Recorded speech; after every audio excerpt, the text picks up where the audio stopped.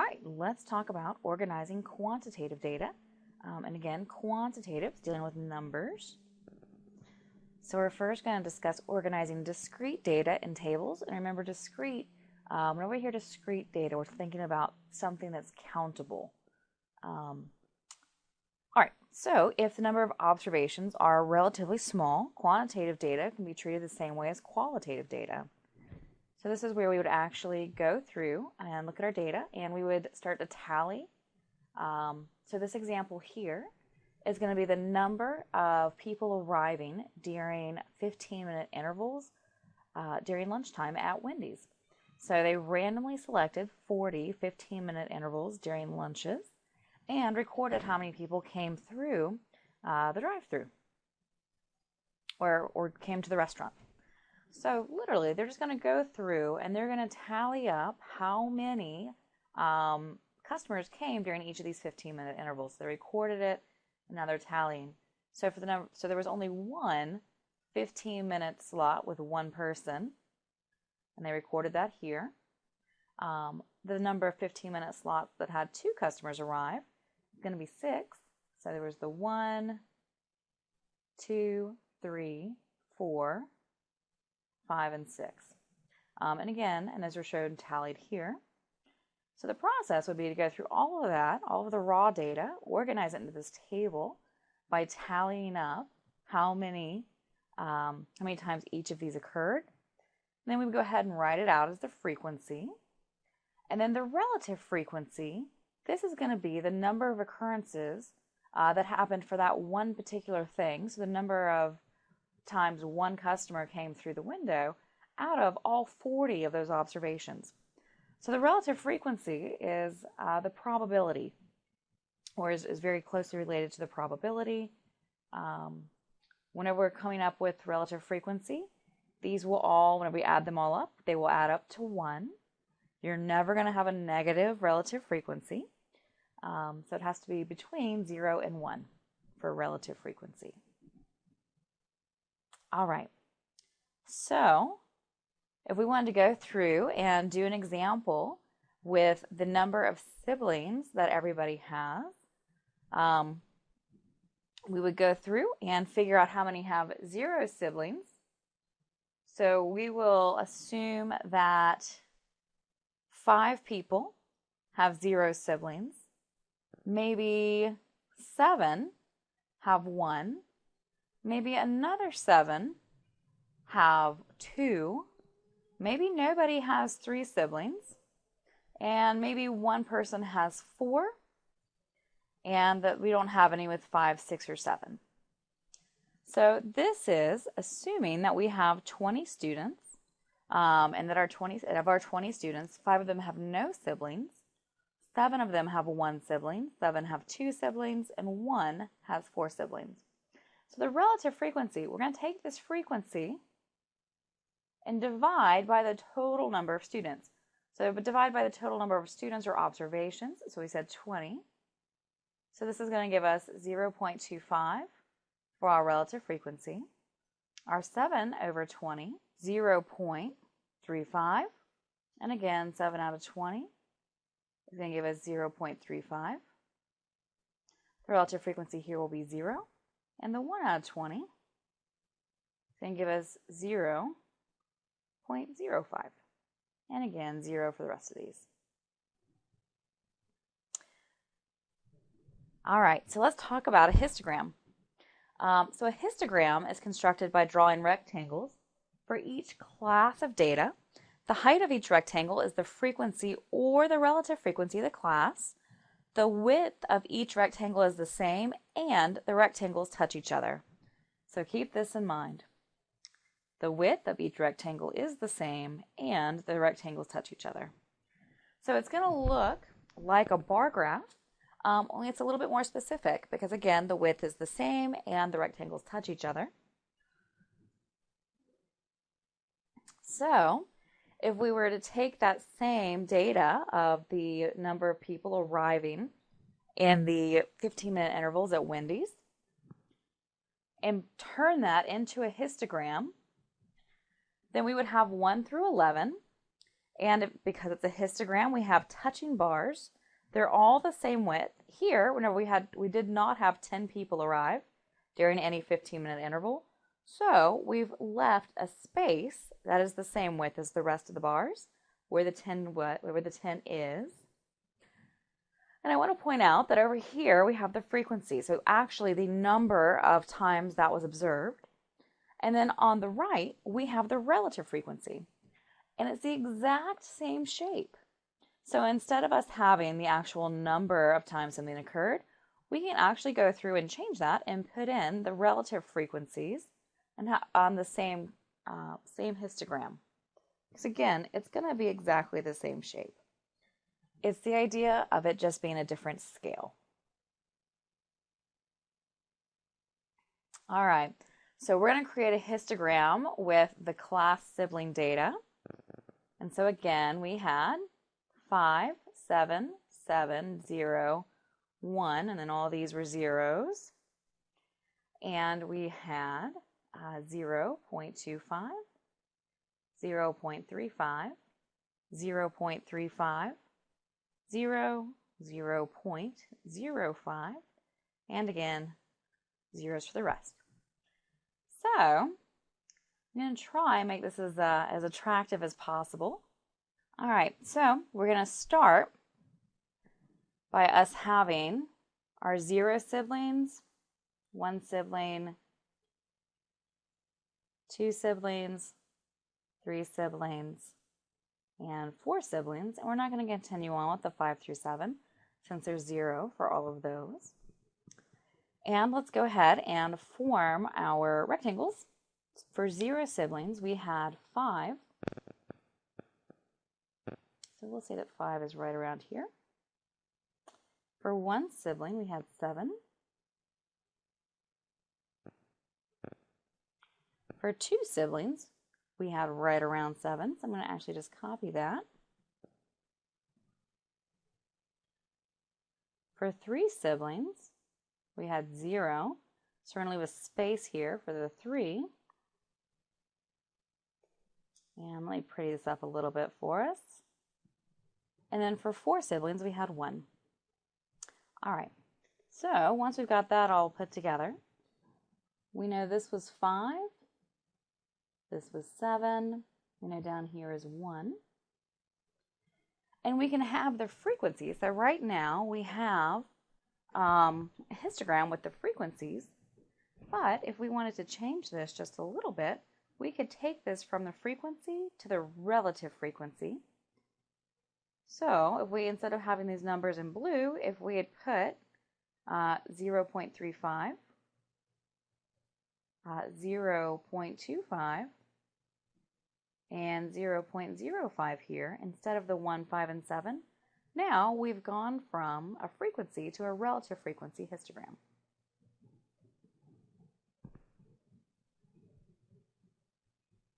All right, so let's talk about continuous data. So this is going to be things where it's not necessarily countable, and so it's going to make more sense to put things in ranges instead of trying to tally up each individual thing. So we come up with categories or intervals of numbers for each, is going to be created for each continuous raw data. The categories are called classes. So again, the classes, it's just how we're going to separate the data. Your classes need to be the same width, meaning that they need to have the same difference from the start to finish for each one. For instance, here, going from 25 to 34, 35 to 44, 45 to 54, each of these classes contains 10 years. And to determine the width of a class, you take the beginning of one class and subtract the beginning of the class just before it. So 35 minus 25 would be 10. So we know that the class width is 10. I also want to be specific here that it says age 25 through 34. It's understood that this is 34.9999 and so on and so forth, and that 35.0 begins this class. So this is 25 up to just before 35. This will be 35 up to just before 45, so on and so forth. So this first table here is showing us U.S. residents aged 25 to 74 who've earned a bachelor's degree. And then over here, this table is showing us U.S. residents on death row as of December 2006. And again, where we've got the ages split out by class, and then how the frequency over on the right, or how many people fall into each of those classes. All right, for our next example, we've got the 3-year rate of return of mutual funds. So this is going through different mutual funds and determining their rate of return, recording that, and again, because of all of these decimals, it makes more sense to have a class than it does for us to go through and try to count each individual number. So instead of us having, for instance, 10 through 11.99, then here we have a 10.99. So we'd actually have to have a category of 10.99. We'd have to have a category of 11.32, so on and so forth, if we were treating this like discrete data. And again, discrete being countable, and this, because we're going to have a range instead of a class. So our classes are running from 10 to 11.99, 12 to 13.99, so on and so forth. And if we want to figure out the width of our class, we're just going to do the 12 minus 10, we get 2. So we know that each class has a width of 2. So the book's already been nice enough to go through and do the hard work of tallying for us. We're literally, we just go through each piece of data and put a tally mark in the proper class. And then we're going to count those all up. And there were 40 different pieces of data. So we're taking whatever our number was, dividing by 40, and that's going to give us our relative frequency. So let's actually work through a very similar example. So dividend yield. A dividend is a payment from a publicly traded company to its shareholders. The dividend yield of a stock is determined by dividing the annual dividend of a stock by its price. The following data represent the dividend yield in percent of a random sample of 28 publicly traded stocks of companies with a value of at least $5 billion. With the first class having a lower limit of 0 and a class width of 0.4, we need to go through and construct a frequency distribution, and then we want to go ahead and construct a relative frequency distribution. Okay, so let's set our classes up first. So it's telling us that the first class has a lower limit of 0. So this is going to be 0 through. And then it's telling us we have a class width of 0.4. And again, remember, to find our class widths, we are going to actually take the beginning of one class and subtract the beginning of another class. So the lower limit of one class, subtracting the lower limit of the class before it. So we know that I'm just going to put the lower limit, so the beginning of each of the classes down. So we're going to have 0, we're going to have 0.4, we're going to have 0.8, and again, we're just counting by 0.4 zeros. We're going to have 1.2, 1.6, 2.0, 2.4, 2.8, and 3.2. All right, now from that, now I'm going to do the lower limit, and we could have done the first and the lower and upper limit of each class individually, but I find that having the lower limit of the next class makes it a little bit easier.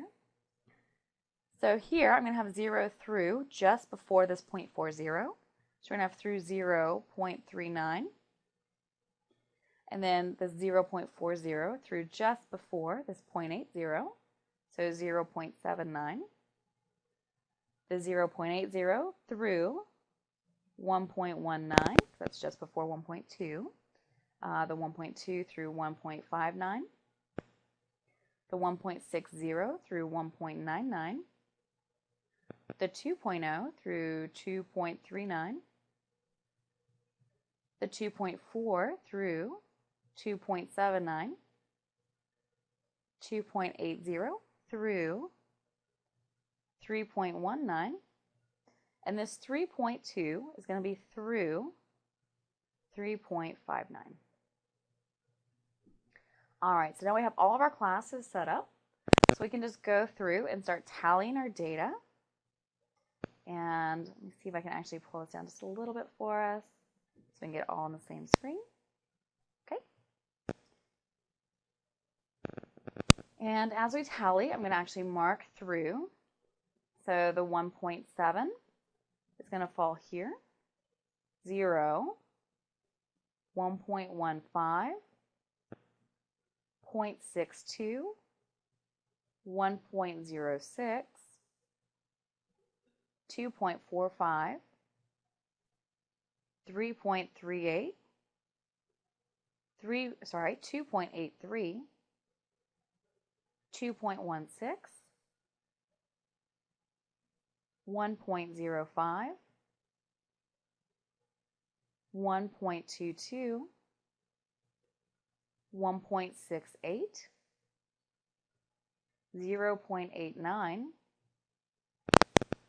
0. Make sure I mark it out so I don't count it twice. There's the 0. And now we're to the 2.59. 0 again. 1.7. 0.64.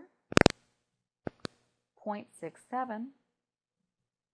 2.07. 0.94. 2.04, 0, 0, 1.35, 0, 0, and 0.41. Okay, and so now let's actually write out the frequency here.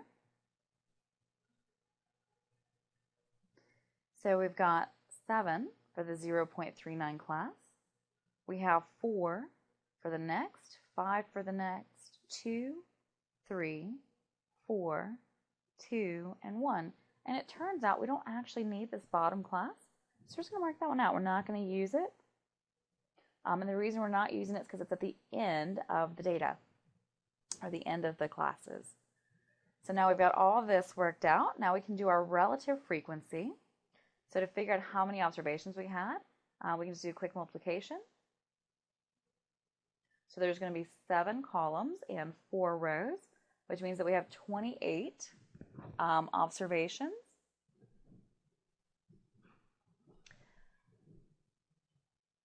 So let's do that work right quick. So we're going to have 7 over 28, which is going to be 0.25. 4 out of 28, which is going to be 0.1429. 5 out of 28, which is going to be 0.1786. 2 out of 28, which is going to be 0.0714. 3 out of 28, which is going to be 0.1071. Let me get that decimal in there. 4 out of 28, which is going to be that 0.1429 again. 2 out of 28, which will still be the 0.0714. And 1 out of 28, which is going to be 0.0357. All right, so our frequency distribution is going to be this column. So we would have the class in this column. The relative frequency distribution is going to be the classes and the relative frequency column.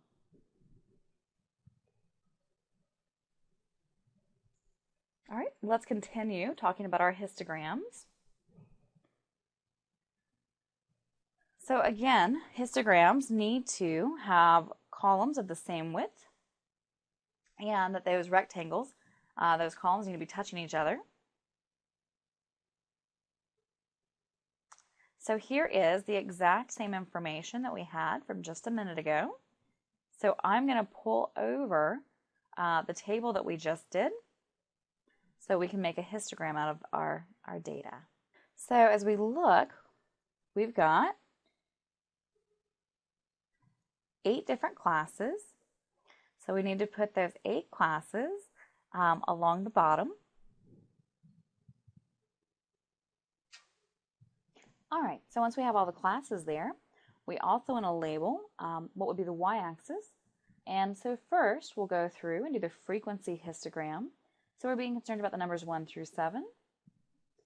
So let's just label by 2s. So that'll be 2, 4, 6, and the very top will be 8.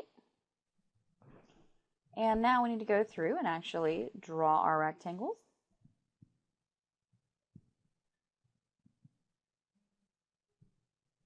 So for our first one, we had 7. So that'll be right around there. For our next category, we had 4. For our third class, we're going to have 5.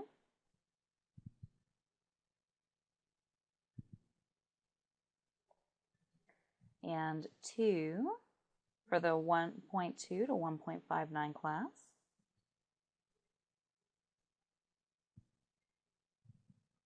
And 3 for our next class. 4, 2, and 1. So here we're going to have our frequency histogram.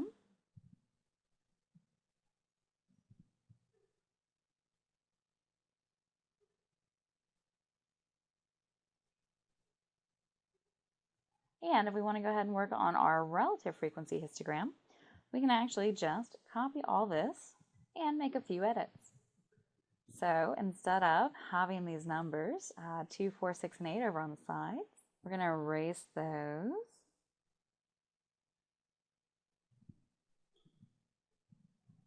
And we're going to input, and so instead of the 2, that would have been 0.0714.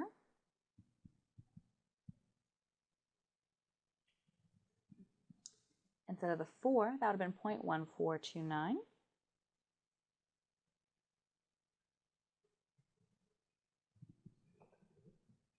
And we didn't actually have the 6. But we'll go ahead and put what 6 divided by 28 is, which is going to be 0.2143, sorry, 0.2143.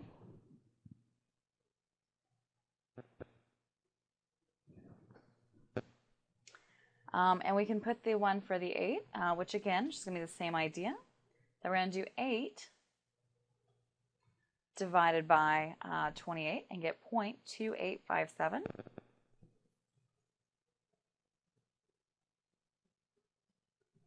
So we're going to change the side to show the relative frequency, and so we need to add the word relative up here. So this will be our relative frequency histogram now. All right, let's switch gears a little bit and start talking about stem and leaf plots. So let's look at this first before we start talking about constructing one. So stem and leaf, the stem can be 1 or more digits. So these are the stems, and in this 2-sided one, the stem's in the middle. And then the leaf is always 1 digit. So let's talk about it a little bit more specifically. So the stem of the graph will consist of the digits to the left of the rightmost digit. The leaf of the graph will be the rightmost digit. Sometimes it's necessary to modify the method of choosing the stem if a different class width is desired. And then for 2, so our next step is we're going to write the stems in a vertical column in decreasing order. draw a vertical line to the right of the stems. So writing the stems down, drawing a vertical line, and then putting the leaves. And again, we're going to write each leaf corresponding to each stem to the right of the vertical line, and we need to write these in ascending order, so smallest to largest. And also, with your stem and leaf plots, you're going to have a legend. So it's telling us that 1 and that line 0 is going to represent 10. So this represents 10, but it's also 11 and 14. So the 1, this is the tens place, and this is going to be the ones place essentially. So the original data for here, we have 10, 11, 14, and then when we come to our next stem, we're going to have 21, 24, 24, 27, 29. So 21, 24, 24, 27, 29, 33, 35, 35 again, so 3, there's 35, so 35, 35, 35, 37, 37, 38, so 37, 37, 38, and then we're going to go through with our 4s, so the 40, 40, 41, 42, 46, 46, 48, 49, 49, and then 53, 53, 55, 58, 61, and 62. And so that's us going through and giving each, writing out what the original data set was. One of the nice things about a Stemleaf plot is that you can kind of see how the data is distributed, and you can see that fairly quickly because we have this nice visual here. So we know that there's going to be more data towards the middle. So with the 30s and 40s, because those were our highest categories, we had the highest frequency in those categories. All right, and so again, your stem does not necessarily have to be one digit, and this does not have to necessarily represent 123. So again, this is why we're going to have our legend. So it's telling us that 12 and then the line 3 represents 12.3. So let's go through and get all of our original data from this one. So we're going to have 12.3, and then 12.7, 12.9, 12.9 again, and now on to our 13 stem, so 13.0, 13.4, 13.5, 13.7, 13.8, 13.9, 13.9 again, and so on and so forth. So we would continue this through all of this data. So again, that's the 14.2, 14.4, 14.4, 14.7, 14.7, 14.8, 14.9, and then we would also have 15.1, 15.2, 15.2, 15.5, 15.6, 16.0, and 16.3. Now let's talk about looking at a two back-to-back sets of data. So stem and leaf is going to be useful here too. So here we're able to compare the fat and fast food sandwiches between McDonald's and Burger King. So the stem here is going to represent the first digit still, and then each digit in the leaf represents the next. So it's telling us that 8, the line 0, the line again, and then 7 is going to represent 08 and 07. So this means that under McDonald's, so underneath McDonald's, we're going to have 08, 09. So also just known as 8 and 9, right? So 08, 09. 1 0, so that's going to be 10, 12, so the 1 2, so 12, 14, 16, 16, 17, 18, and 19.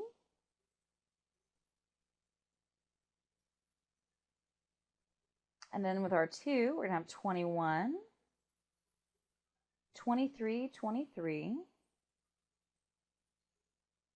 24,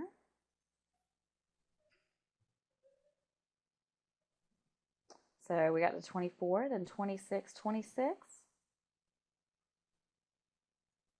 28, 28, 29. Now let's go to 3. The 3 has nothing, so we don't have anything here. If it was 30, they would have put a 0. So we're going to go next to our 42, and that's going to be it for McDonald's. So now I can look over at Burger King. And under Burger King, this is going to be the direction that we're used to reading. So the 0, 7 represents 0, 7, or 7. And then 12, 12, so the 1, 2, 1, 2, 12, 12, the 1, 3, going to give us 13, the 1, 6, 1, 6, 1, 7, so 16, 16, 17. Now I hop to the 2s, so 21, 22, 29, 21, 22, 29. For the 30s, we're going to have 30, 33, 39, 39.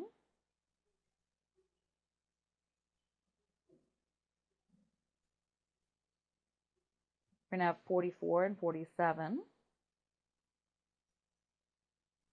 54 and 57, and then 65 and 68. So here's all the original data that's represented in this Stemleaf plot. And we can see that Burger King has a wider distribution of the fat grams in their sandwiches, whereas McDonald's, the majority of their sandwiches are between are 10 or higher up to 30, so in the 10s and 20s range. All right, so let's go through and actually create a Stemleaf plot.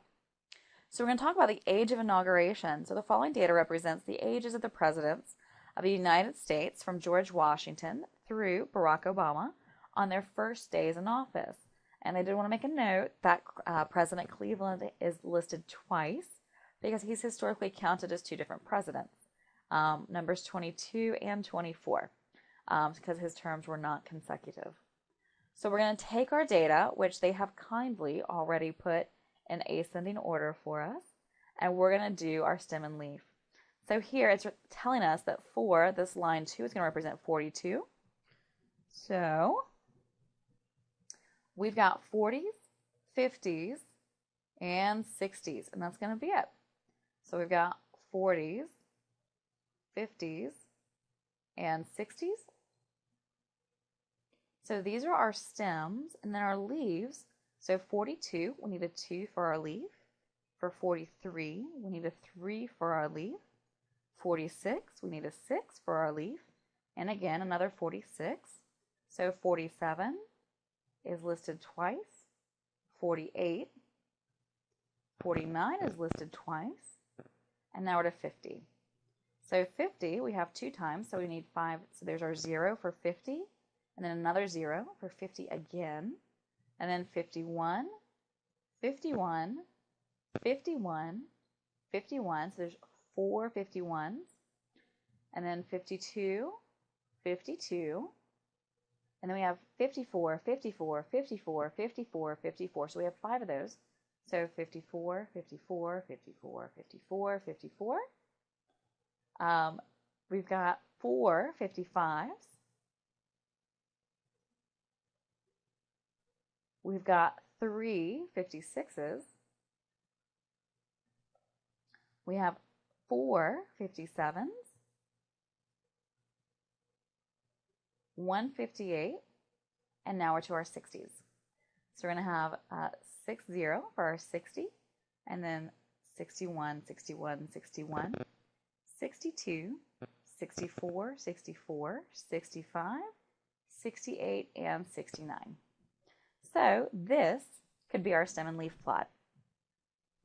And I say could be because we have another option, so that we only have 3 stems, and maybe we want to split the data out a little bit more. Right now, our classes are running they're running 10 years. Maybe we want to separate that and only have them run 5 years. But based on the way stem and leaf plots work, we couldn't have different stems for, say, 40 to 44 and 45 to 49. But we can just separate how we list the stems. So another option would be where we're going to go through and list the stems twice.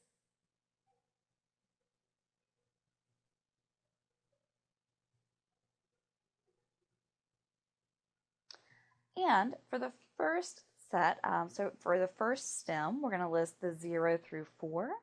And for the second stem, we're going to list 5 through 9. So for the 4, again, we're going to list 0 through 4s in our first parts. We've got the 2 and the 3, and then the 5 through 9. So 6, 6, 7, 7, 8, 9, 9. And we're going to do the same thing. So we're splitting our 50s into 50 through 54, and then 55 through 59. So we've got 50, 50, and then we had 4 51s, 2 52s, 5 54s. And now for our 55s, we've got 4 of those. We have 3 56s. We have 4 57s and a 58. And then for our 60s, again, splitting through 60 to 64, and then doing the 65 to 69. So 60, we have 3 61s, a 62, 2 64s, and then we have a 65, a 68, and a 69.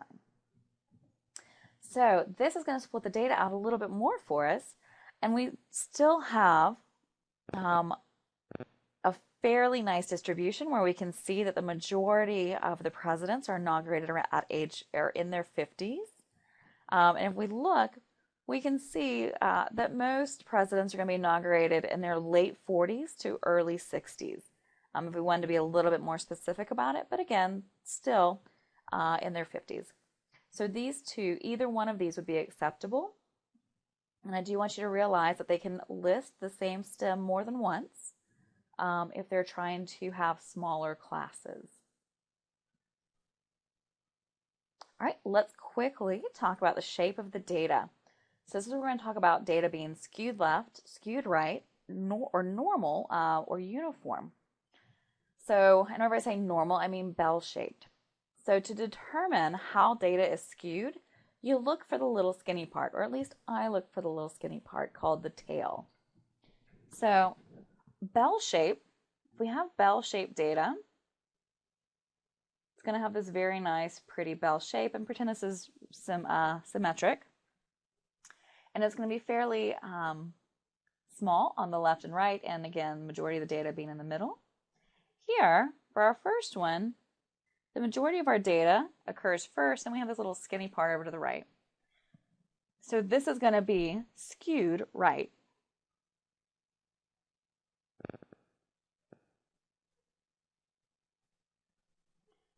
For our next one, we've got the skinny part to the left, so this is going to be skewed left. And again, that skinny part we refer to as the tail. Here, this data is actually fairly normal. So this is going to be bell-shaped. or normal, or normally distributed. And here, everything's exactly the same, so this is uniform.